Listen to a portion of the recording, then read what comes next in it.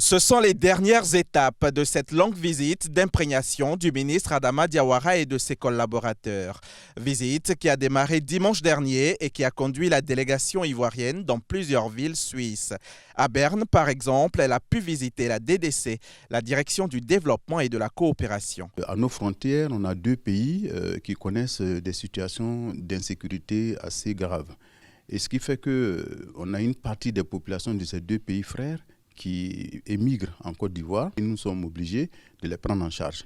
Donc j'ai demandé à la Suisse de faire un clin d'œil à la Côte d'Ivoire pour l'aider justement à supporter ce fardeau qui est assez lourd. En ce qui concerne la recherche scientifique, quand une équipe de recherche est choisie pour conduire un projet de recherche donné, à cette équipe de recherche, les Suisses associent une entreprise ou un ministère pour la valorisation économique des résultats des travaux de recherche menés. Le Fonds national suisse est la principale institution qui soutient la recherche dans toutes les disciplines académiques, de la physique à la médecine en passant par la sociologie. Le FNS a ouvert ses portes aux Ivoiriens. Nous venons de signer une convention avec le Fonds national suisse, qui est l'un des fonds les plus performants au monde. Nous sommes honorés en tant qu'Ivoiriens d'être associés à un fonds de cette envergure. Et ce protocole d'accord porte sur un certain nombre d'activités qui seront menées.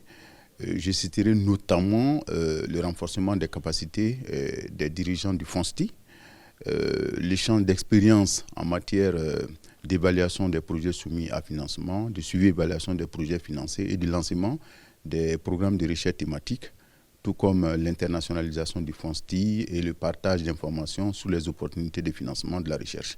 Puis la mission se rend pour finir à l'École polytechnique fédérale de Lausanne, qui avec ses 450 laboratoires et groupes de recherche se concentre sur 3 missions, l'enseignement, la recherche et l'innovation. Nous sommes très fiers de jouer notre rôle aussi et de pouvoir, on l'espère, inspirer d'autres universités, d'autres systèmes éducatifs. L'année dernière, ils ont listé jusqu'à 4400 publications et en regardant les ratios, ça fait plus d'une publication par professeur et par mois. Vous imaginez un peu. Et deuxièmement, une trentaine de start-up qui sont créées comme, j'aurais dit, système de valorisation des résultats des recherches qui sont menés à l'EPFL. Et également le fait que l'EPFL est constamment dans le top 20 des meilleures universités à travers le monde. Donc comme vous voyez, l'EPFL est un véritable pôle d'excellence en matière d'enseignement supérieur et de recherche scientifique dont nous allons nous inspirer pour améliorer notre dispositif au niveau de la Côte d'Ivoire. Le FONSTI soutient des projets de recherche scientifique et d'innovation de haute qualité susceptibles de bénéficier au développement socio-économique et culturel de Côte d'Ivoire.